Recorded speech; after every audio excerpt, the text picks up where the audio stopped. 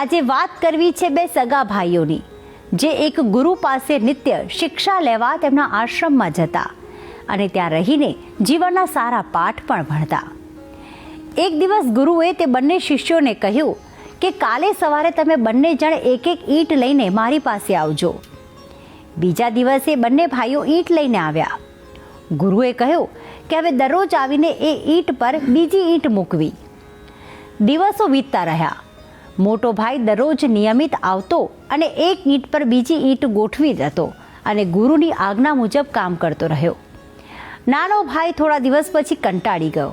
એ બોલ્યો કે આ શું નિરર્થક કામ છે, એમાં શું શીખવાનું, અને એણે આવવાનું બંધ કરી દીધું. થોડા અઠવાડિયા બાદ ગુરુએ મોટા ભાઈને કહ્યું કે હવે જુઓ તમે શું બનાવ્યું છે.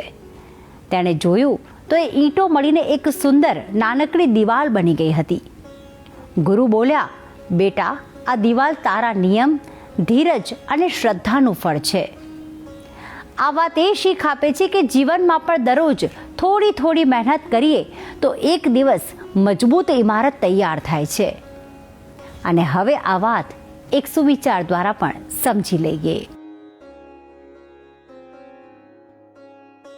આજનો સુવિચાર: નિયમિત પ્રયત્ન નાના હોઈ શકે, પણ તેનું ફળ હંમેશા મોટું હોય છે.